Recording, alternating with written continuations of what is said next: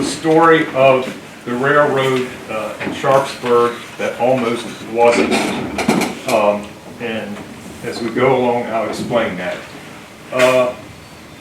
This is a 1950s, I'd say 1955 or 56 photo of the Antietam Station.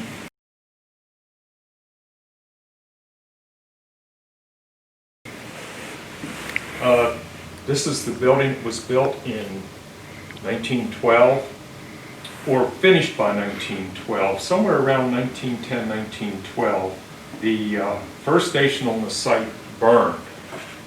And I fell asleep there for a second. okay, There we go. this was a replacement one done in time for the 50th anniversary of the Battle of Antietam, which was a big deal. And a lot of veterans still lived then, most of them from distant places, and they traveled on chartered trains here from what I can tell, mostly for a day, because those trains then occupied all the siding space up and down the line and came back at the end of the day to pick those veterans up to take them back to where they came from. Not only at the 50th, there were other years where they came as well, and I found one account earlier where a New York veterans of the New York unit came for a day, and they went to the National Cemetery and they paid Boonesboro band to play to entertain them. So early on, what the railroad did besides the passenger station, loading dock there, before UPS there was Railway Express Agency. You ordered anything that couldn't come by the post office would come Railway Express, and mail as well, until around 1950 the mail to and from Sharpsburg came to the station. Because this was later, there was no mail crane. The train at that time, the two daylight trains, one north, one south, would deliver mail to Sharpsburg. And if there was no other reason for the train to stop, if there were no passengers, they just came right through, and there was a crane with a hook that would have a mail bag mounted, and the hook would be on the mail car, would grab that hook, and then the postal clerk in the mail car would kick the incoming bag out. Also, something else, the Western Union sign.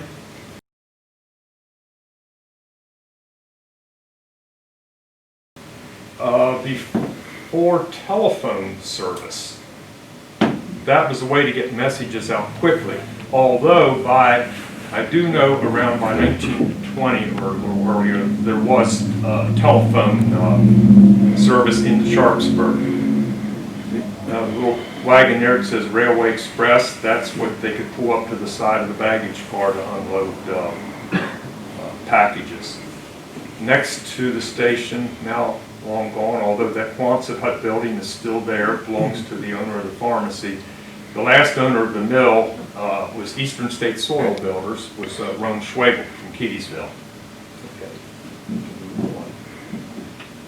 Now back to the beginning of the railroad. This is the fellow that was behind this railroad to begin with, William Milnes.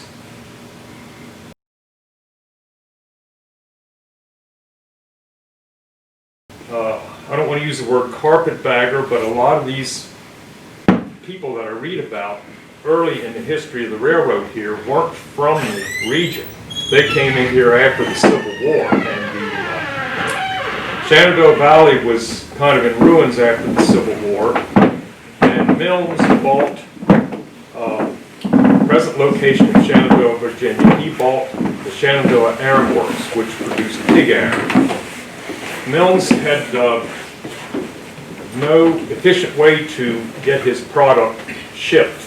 The nearest rail line would have been on the west side of the Shenandoah Valley, probably up closer to Strasburg, Winchester. So you had to haul stuff on wagons, and the other way that was closer was on flat-bottom boats. I mean, they would build these flat-bottom raft affairs and float them down the Shenandoah River to as close as they could get to Harper's Ferry and transferred to rail.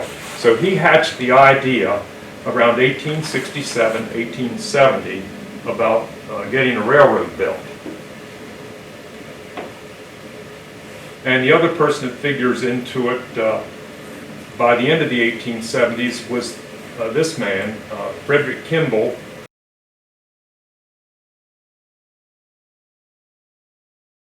Was from Philadelphia. Born in 1844, he had a railroad background with the Pennsylvania Railroad, starting on a survey crew. Later, he became a banker. The Clark Bank in Philadelphia, which was a big financer of the Shenandoah Valley Railroad as well as others. Okay, this is one of the first trains that operated. The railroad was chartered in 1870. They had to go to 3 states, Maryland, Pennsylvania, sorry, not Pennsylvania, Maryland, West Virginia, and Virginia to get a charter for the railroad and an approximate route for where it would operate. It started from Hagerstown in 1872, I think, and there was a company that was a shadow corporation for the Pennsylvania Railroad. They would set up a separate entity owned by the Pennsylvania Railroad, but it would look like it was independent. And this was a construction company that started in Hagerstown to build south. They got as far as Grimes. You know where the village of Grimes is on the Bakersville Road? It's where the Underpass is on the Bakersville Road. 9 miles out of Hagerstown. 1873 was the beginning of a depression. They called it a panic back then, but it was what we would call a depression now that lasted most of the 1870s. They had not laid any track, but they had graded a road bed, so everything came to a stop. The construction company, Pennsylvania Railroad was funding.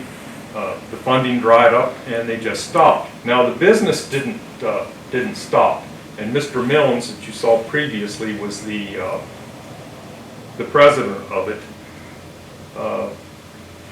It continued to operate, trying to plan the thing, but for 5 years not a rail was laid. So about 1878, with new financing from various sources, the original construction company was out of it. They started to build again, but they didn't pick up where they left off.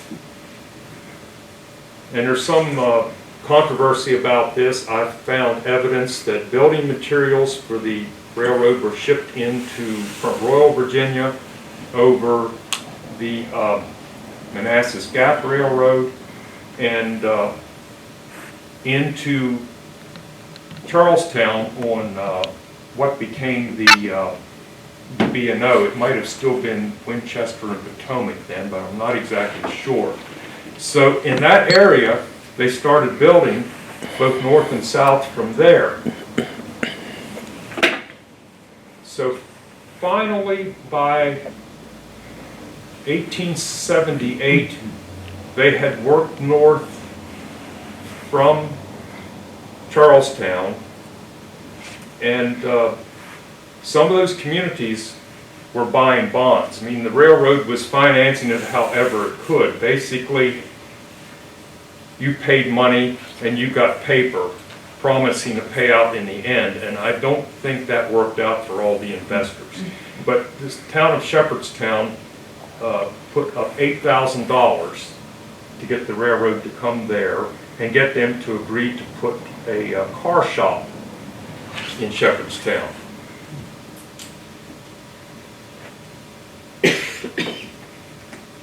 So that's an early construction train. That's dated 1879. It just says picture was taken between Riverton, which was, Riverton was the Shenandoah River crossing at Front Roy and Shepherdstown. So, you know, it was pretty primitive then. I mean, even for late 70s, it kind of looks like pre-Civil War. But that's how they took their investors for a ride to see what had been done so far.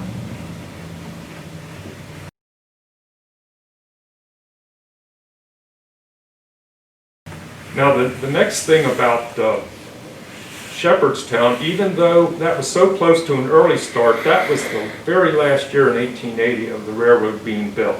They were working their way south. It's not like they had a plan exactly where they were going to go. They kind of worked their way along.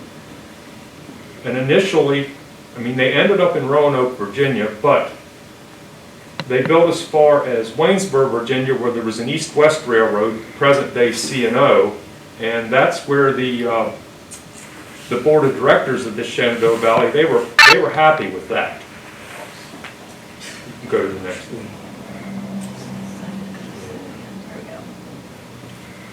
Yeah, there's an early locomotive.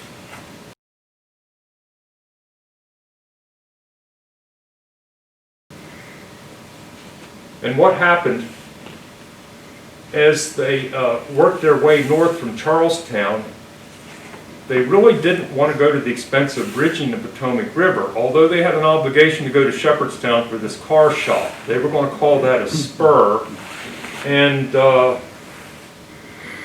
they investigated connecting their line to the Cumberland Valley Railroad at Beddington, West Virginia. That would have been 9.5 miles from maybe the present-day Shenandoah Junction or Shepherdstown area.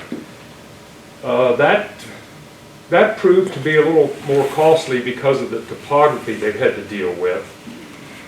So eventually they did take the next step and bridge the river.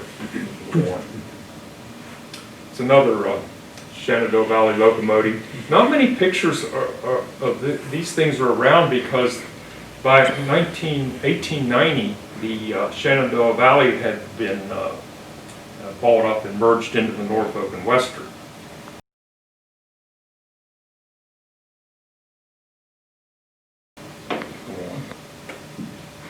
That's a copy of the first timetable that I managed to buy at a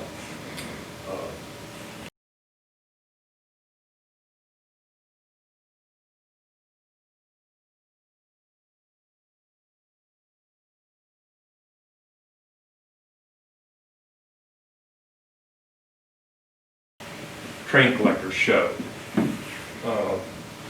1882. Now, there may have been something earlier, but 1882 was the year that the railroad was complete from Hagerstown all the way to Roanoke, and that was the first that reflected that. Now, it's a little hard to read, but Sharpsburg is on there. We know it as Anteater Station, but originally it was Sharpsburg.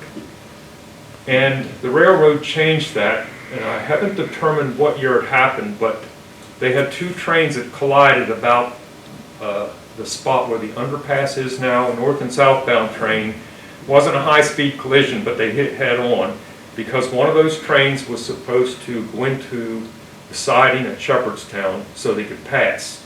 And those train orders before signals were sent by Morse code to the station operators, who handed them up to the train engineer and conductor, and the engineer misread Sharpsburg, or misread Shepherdstown for Sharpsburg, and he continued north. Well, the railroad figured we're not going to let that happen again, so they changed the name of the station to Antietam.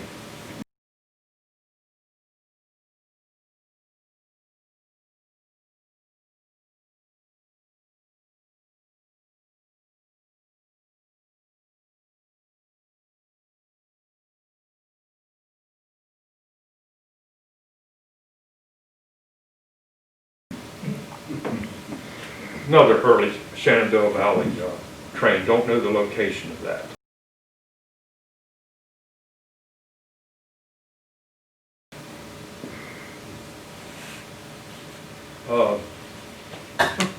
Okay, that's the bridge on the stone piers that you can see more closely from the Rumsey Park in Shepherdstown.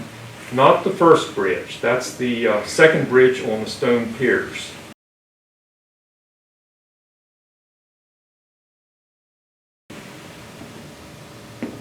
First bridge was completed in 1880.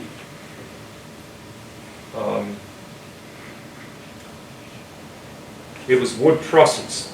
I have another photo of those. That's iron truss work. That's the 1887 replacement for the first bridge.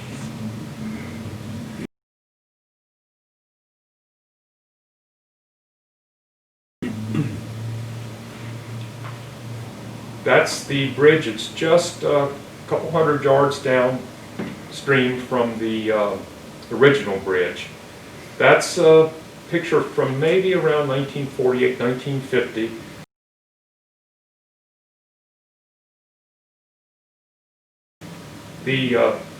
What was the daylight passenger train from Hagerstown to Roanoke. Another train ran in the darkness, passing through between 1 and 2 in the morning on its way from New York, Harrisburg to Roanoke. Now, there's that first bridge. This is 1887, and they are in the process of replacing the wood trusses.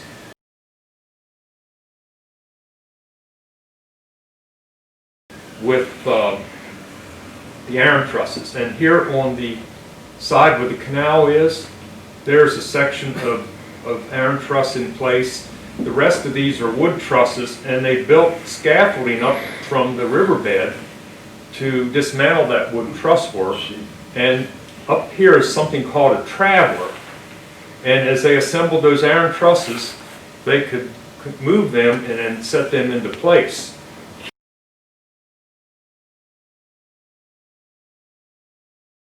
Now, what's interesting with the wood truss work, typically when a railroad built a wood truss bridge, they sheathed it. Although the track's up on top, the deck. It would be a deck truss, but the truss work was sheathed to protect it from the elements.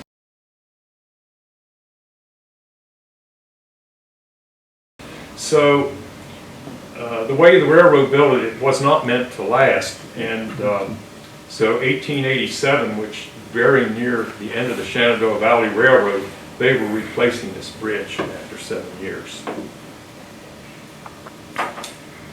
That's one of their cabooses, a little unusual in that there was no extension out over the platforms. It had just 2 axles, one here. So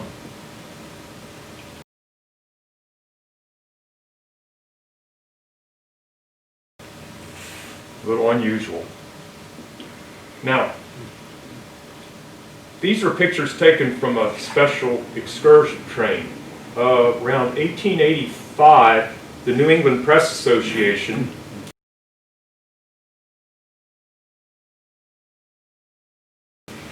got a group together, their members, and they chartered a train to take them down through the South to visit Civil War sites. And they took photos along the way. This is one they took crossing the James River near Natural Bridge, Virginia.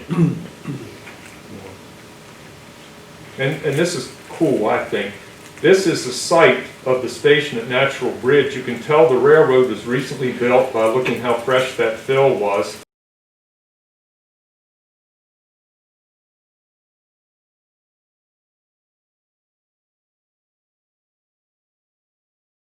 And like a platform where the train would stop to load and unload.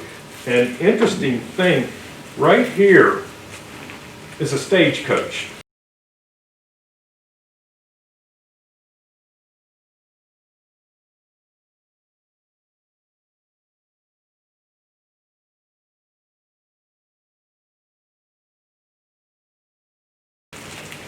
Now, I didn't discover that for the longest time. But the photographer with the press association, next one, yeah, the photographer from the press association took the photo. Now that's train at the spot of the present Antietam Station.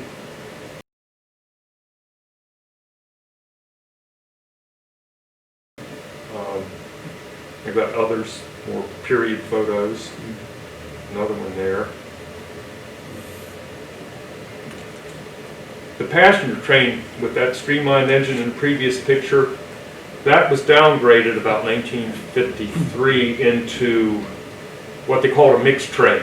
Essentially, it was a freight train that made stops for every customer along the way to set all the cars. And back here, next to the caboose, is a combination baggage and passenger car.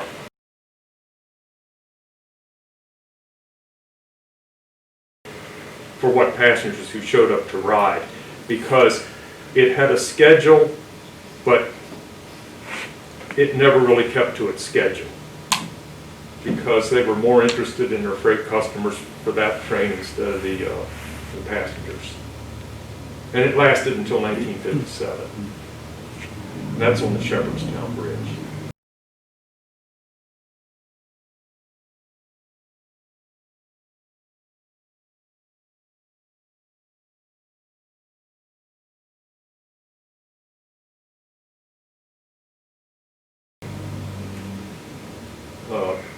Freight train from the same time period.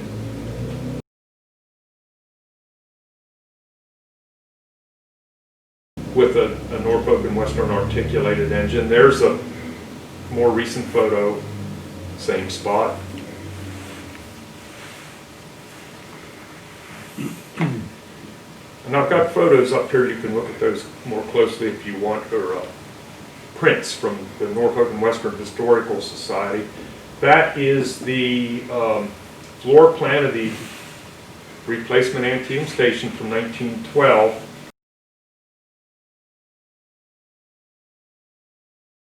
And it's interesting because there's a women's waiting room, a men's waiting room, agent's office in the center.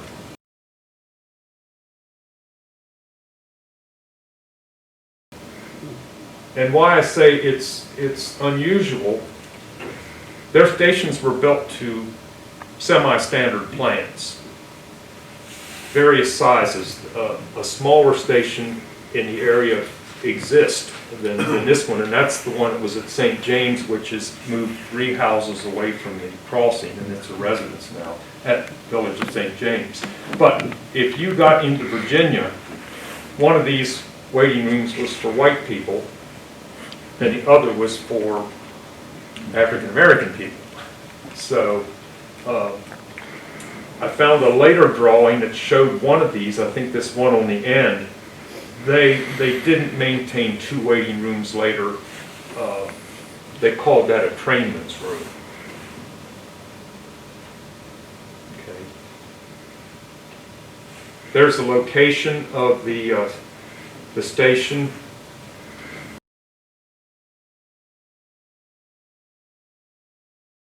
Track is still in the same place, and this is how it looked probably into the 1930s.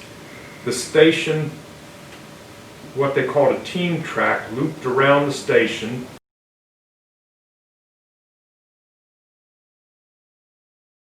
It had access to the mill here. They called this Government Pike, and I was curious about that. And I found out in one of the other photos I have that once the railroad located here and was up and running, the Battlefield Commission, as they called it then, was responsible in getting this paved out as far as the station. And I guess maybe to right about there, because here it just says public road. Oh, it's right here. Cattle pen. One of these older photos will show the cattle pen. It was where you could load cattle, or if you were someone who raised cattle, maybe you could have cattle coming in, but most of the time I find that they were shipping cattle out to market.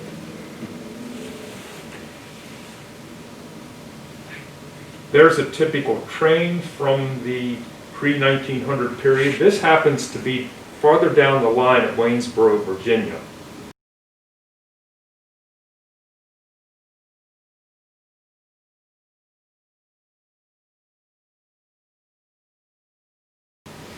And C&O train crossing over on the top. On the lower side is the Shenandoah Valley train. This is Shepherdstown after the construction of the steel bridge.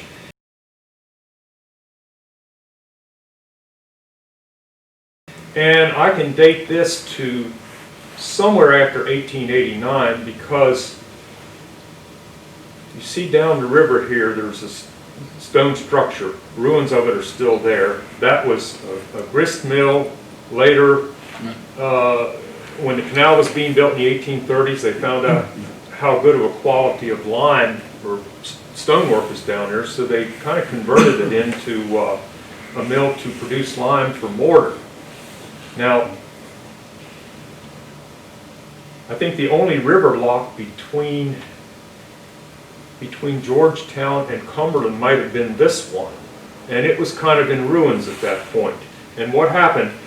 The effects of the 1889 flood here destroyed a dam downstream where the mill was, and it was a wooden dam held together with iron rods. The owners of the mill or the canal company neither seemed interested in maintaining that dam. The railroad explored maintaining it, but what happened was, when these stone piers were built, the water was about 6 feet higher.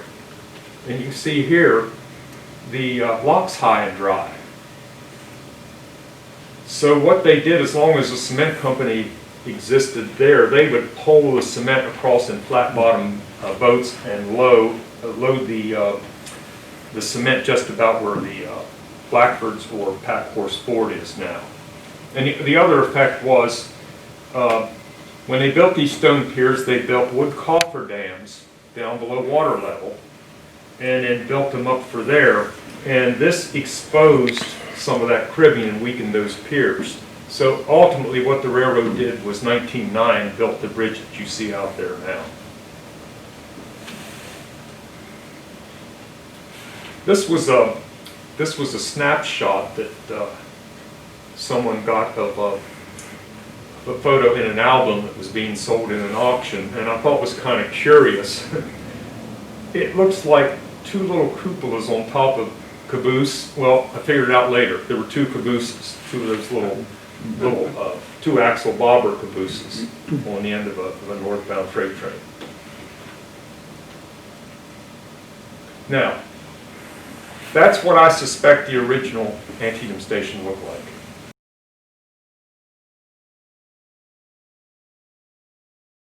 Because all the other photos that existed up and down the line of original Shenandoah Valley stations were like this. And I think eventually White Post burned and they replaced it with something else. Yeah, it did, because the one at White Post didn't even look like the one at Antietam. It was way more modern.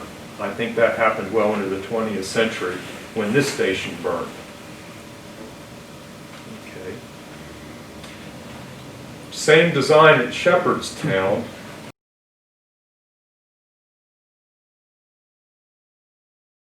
Except that one was lengthened. A drawing just turned up recently. It was about this long. They extended it to make the freight room longer. This was located, you know where the Southern States building was in Shepherdstown, O'Hurley's store? This was at that crossing.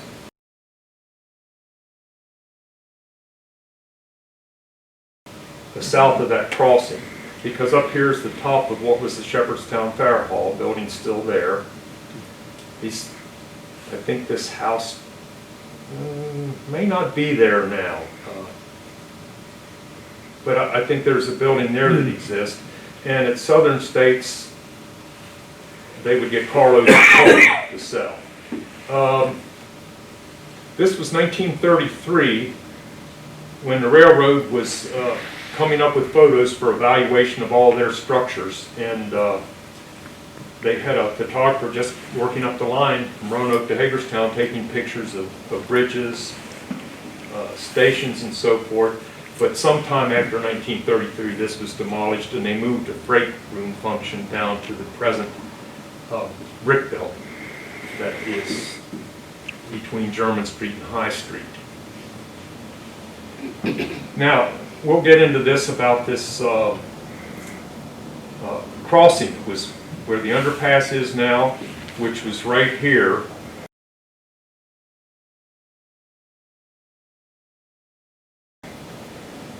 The farm lane into the Scott, where Roy Scott lives now, the farm, was B.F. Graves at that time, was right there. Down at the deepest part of the underpass, there's still a lane that goes up here. That house is gone. I don't know that that lane goes anywhere now, but that's kind of what that looked like, and it's why that crossing had a reputation for being dangerous, because of the running parallel to the railroad, and then it's suddenly at an angle the railroad crosses the highway.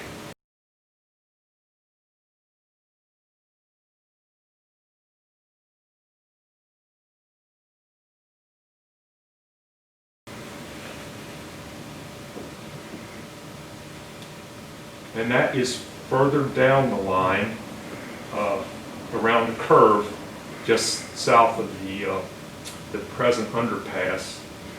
And there is something interesting here.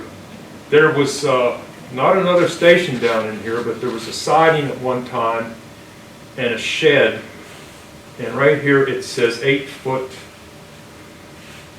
I can't really read the rest, but it was an 8 foot wide pathway for a wagon.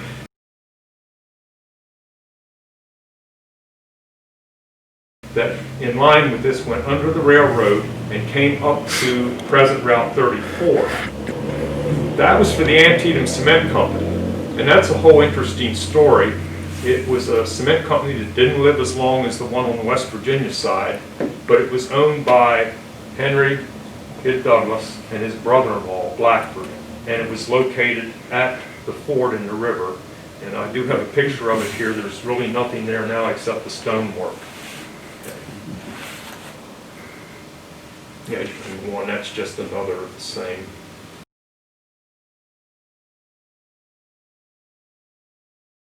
Okay, where the little where it's on the other map where it showed that little underpass, down here is where the ford in the river was. There was the cement company, and there was a road up through here.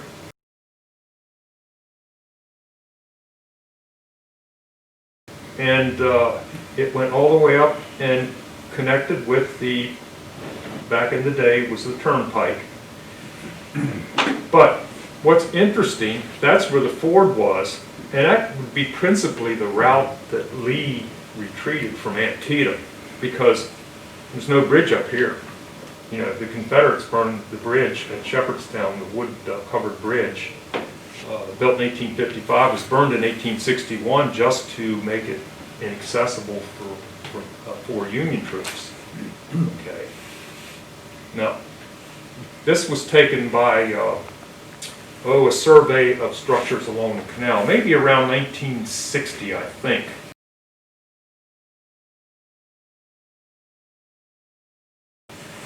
And a lot of the equipment for the cement manufacturing, well here was a stone kiln, so to speak.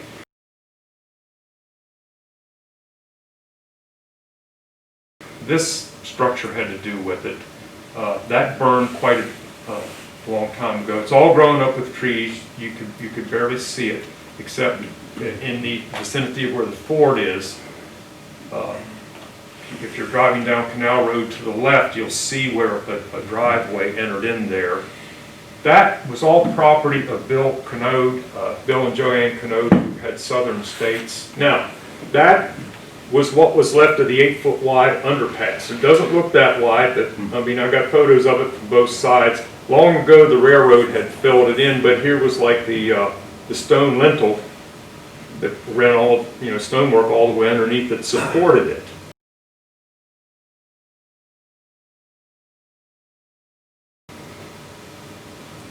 The next one. Yeah, and there's a better view of it from, that is from the east side, I think. So my back would have been toward Route 34.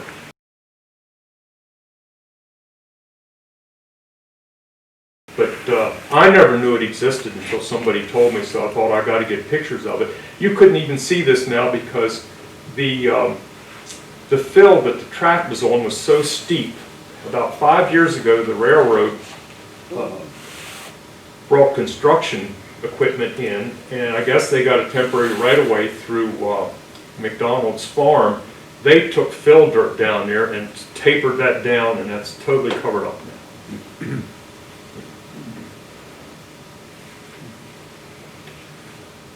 Yeah, there's another early map. This is from one of several that we can spread out up here for you to look at. These are the 1880 right-of-way maps.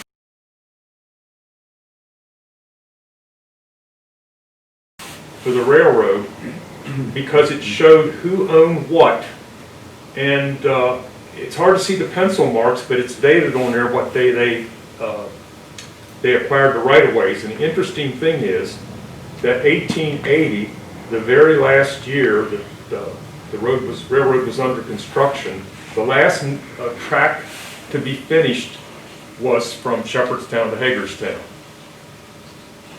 Because there really wasn't a dispute, but they kind of gave up on that overland route to Bennington, West Virginia, to hook up to the Cumberland Valley Railroad, which would allow them to access Hagerstown on an existing bridge at Williamsport. But the station's right here. And,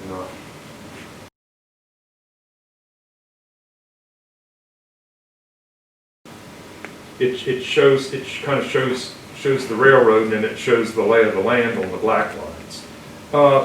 This is off of a picture that each photo or each drawing is 1 mile of track on the railroad. So between there and Roanoke, and it surprises me that it survived, the N&W Historical Society has it. You can buy prints. You just let them know what mile you want. I think they're like $5 or $6 a piece, so I only bought maybe 4 of them. But if you wanted to spend a lot of money, you could have the whole thing to Roanoke, which is 200 and some miles. Okay. Yeah, here's another one. And it's funny how terminology's changed. Norfolk and Western ended up calling this the Shenandoah Division. Here it says Maryland and Washington Division. National Turnpike, and of course got that figured out when I was doing some more reading and found out that the Battlefield Commission paid for macadamizing that road as far as the station.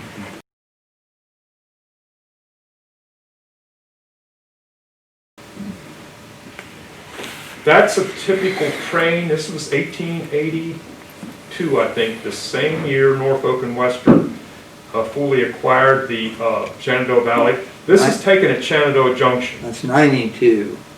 That's right, 92, I'm sorry. Yeah, 90, right. Yes, they, the end of 1890 was when they fully acquired it.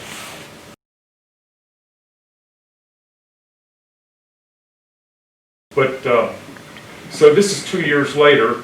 I'm trying to think, I don't know right now if that was a new Norfolk and Western engine or whether it was a Shenandoah Valley engine relettered. But that's at Shenandoah Junction, which is just about 5 miles south of Shepherdstown. So this train would have come from Hagerstown.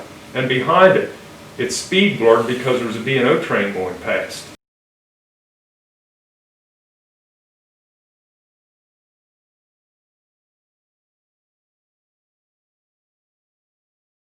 The interesting thing is Shenandoah Junction station arrangement, as long as there were passenger trains, there was a trestle over the B&O main line, so a southbound train had to go south and stop about, what, Randy, a third of a mile down or so, and back down into Shenandoah Junction. And if they were going north, they had to pull in and then back out to the main line to go north. Yeah, there's July 21st, 1892. That was your photo, right? Yeah. You would know.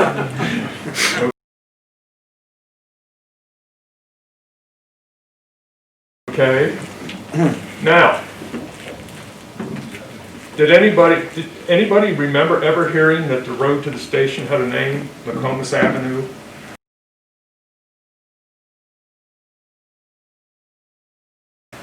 That's something lost in history.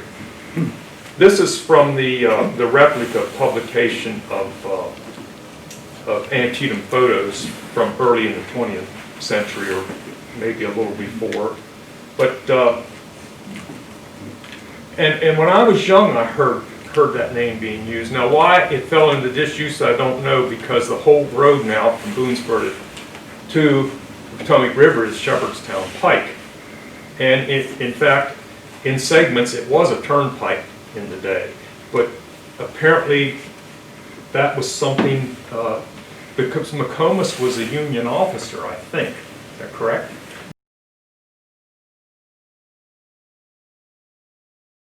No, McComas was first a Maryland congressman and then a senator.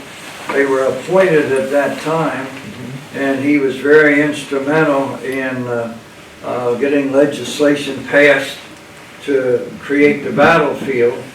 And in 1884, he escorted General John Logan, the founder, or the guy that's supposed to have started Memorial Day.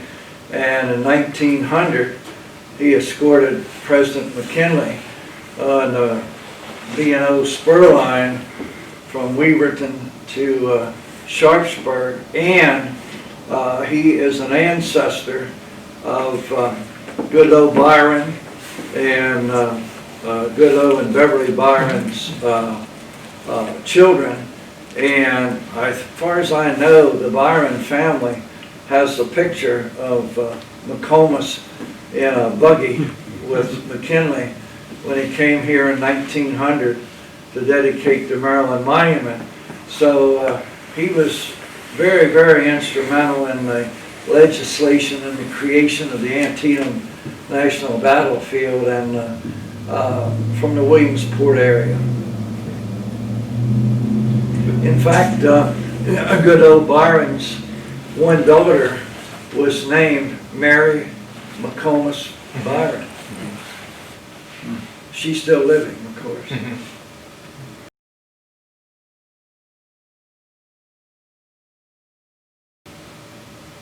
And you can see that the trees, young trees in the station would have been down here. So, and that's the bend in the road, and the straight stretch, and there's that bend. Were those trees planted purposely for the veterans, weren't they?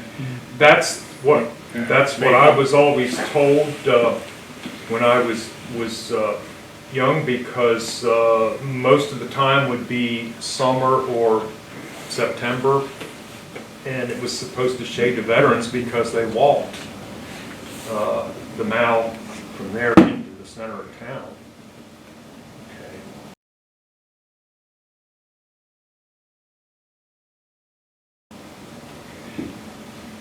I can't remember his first name. That's Mr. Sands. He was instrumental. I can't say that he planted them or he paid for them, but he had a lot to do with the idea of planting those trees, because town of Sharpsburg was not happy that the railroad didn't get closer to the center of town.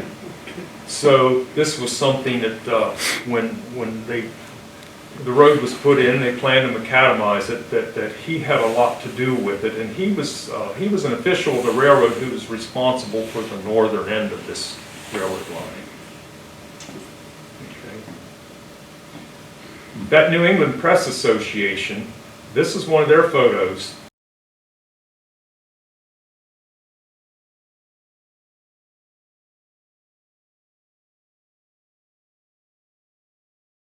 From the mid-1880s when they visited Civil War sites along the line. And their train, they went all the way down into Tennessee and farther west on their expedition.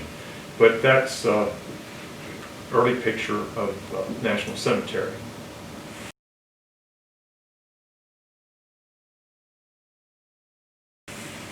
Another one of their pictures. These were from the Virginia Tech website.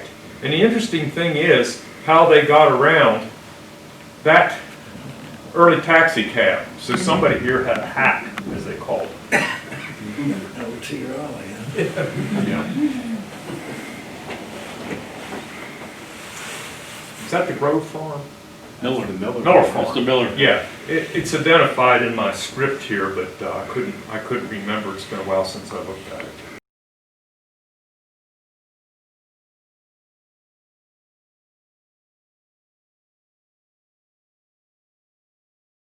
Okay, yeah, another picture. And if you ever go on that website for Virginia Tech, I was looking for railroad photos because it would have Norfolk and Western, Virginia Railroad and so forth, but they had New England Press Association, and I thought, what's this all about? So this is what I discovered. And this is the earlier photo with the track, the C&O track along the James River, and in the background is the Natural Bridge Station.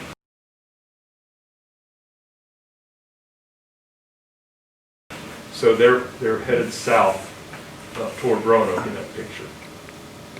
That's the train that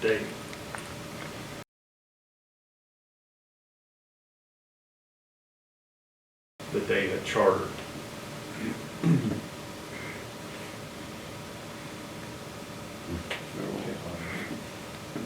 Now, from what I can tell, I think the railroad paid for the monument. The base of it's still there.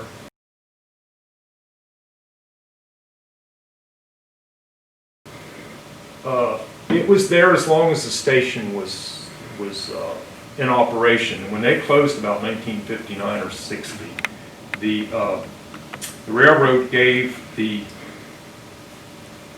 these, which I understand that they're Parrott guns and supposedly harbor guns, not something that would have been on gun carriage at like the Battle of Antietam.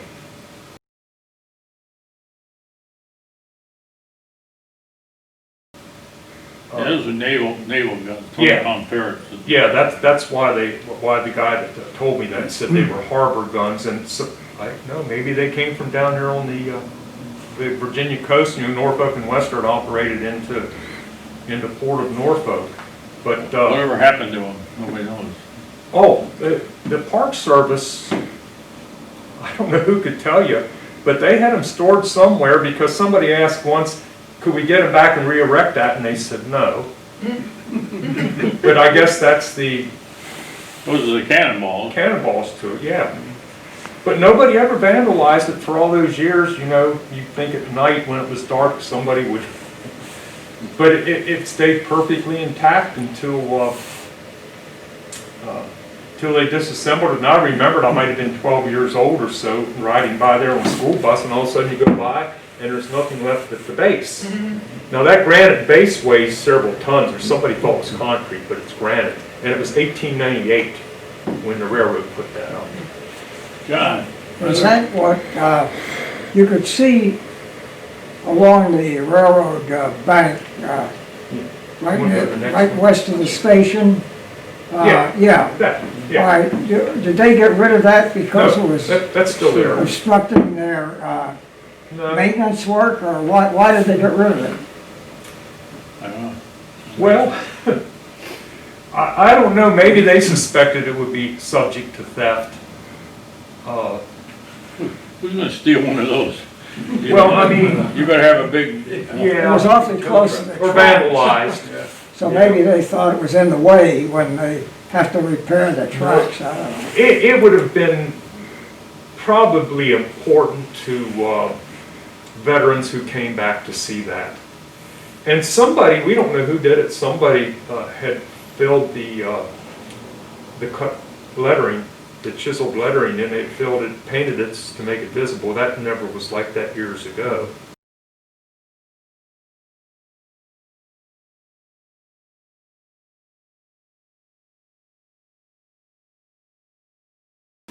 At one time, there were cannonballs on top of it. Yeah, back to the other one, if you will. Yeah, there you go. Yeah, Yes. I mean, cannonballs, the cannons were gone, but the balls were left there. Now, I don't remember that. Some of them. I just remember that the, Yeah, I saw cannonballs on top of it. well, maybe maybe that happened when they took it apart. And the guns were, I guess, more important, but I know that the Park Service accepted them. We can go on. It's one of the earlier pictures. The station didn't change much over the years.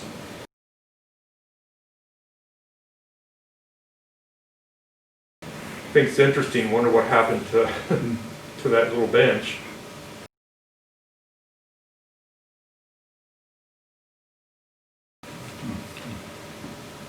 Okay, what is the next one?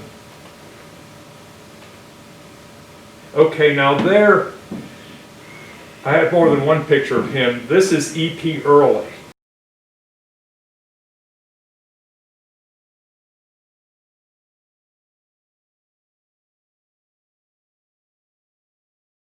And supposedly in the history of this station from about 1880 up to around 1959, only 3 different agents had that job. Now whenever they wanted to go on vacation, they had what you call a floating agent, a relief agent, that could be assigned anywhere to cover vacations. But I mean, I could tell by, you know, the image on the computer screen that was Mr. Early in his younger years. And up here is the cattle loading pen next to the side where you could load cattle. And I found, after Norfolk and Western had taken over the railroad, somebody from Sharpsburg had shipped hogs to Baltimore in a cattle car. And apparently the car was mishandled. Now when it got to Hagerstown, I would think it would have been taken Western Maryland Railroad to Baltimore. But by the time the hogs got to Baltimore, they weren't in saleable condition. And the farmer sued the railroad, and he won in court in Hagerstown. The railroad appealed it, so it went to an appeals court in Cumberland, who sustained the judgment. So the railroad had to pay that farmer something over $800, which is like a lot of money back then. Okay. There's Mr. Early in later years.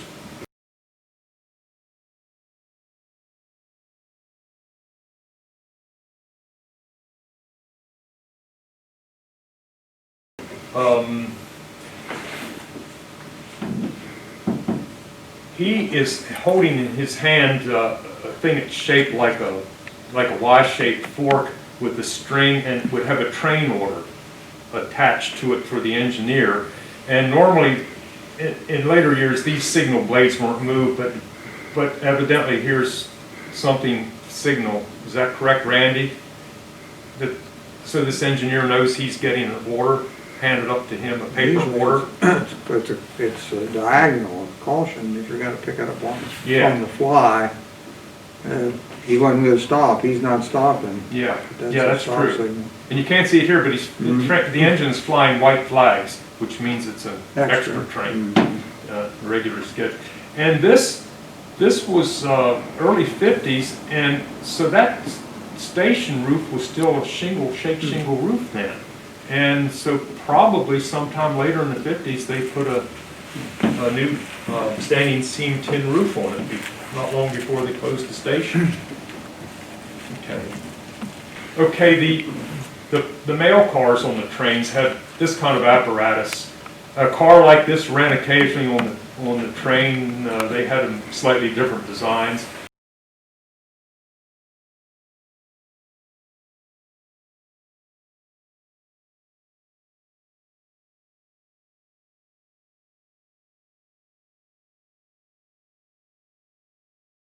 But there's the hook that grabbed the mail pouch. Okay. Now this is a train that would have originated in Hagerstown.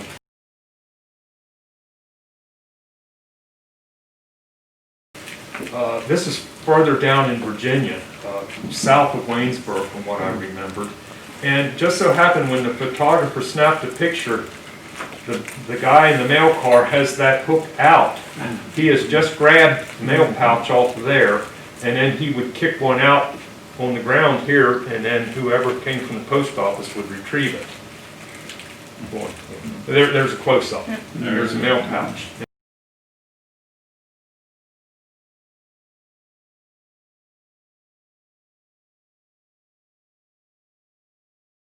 And there's what it hung from. And there was a counterweight on this thing. And as soon as you grab that pouch, that thing would flip the other way. Yeah. And there we are back at the beginning.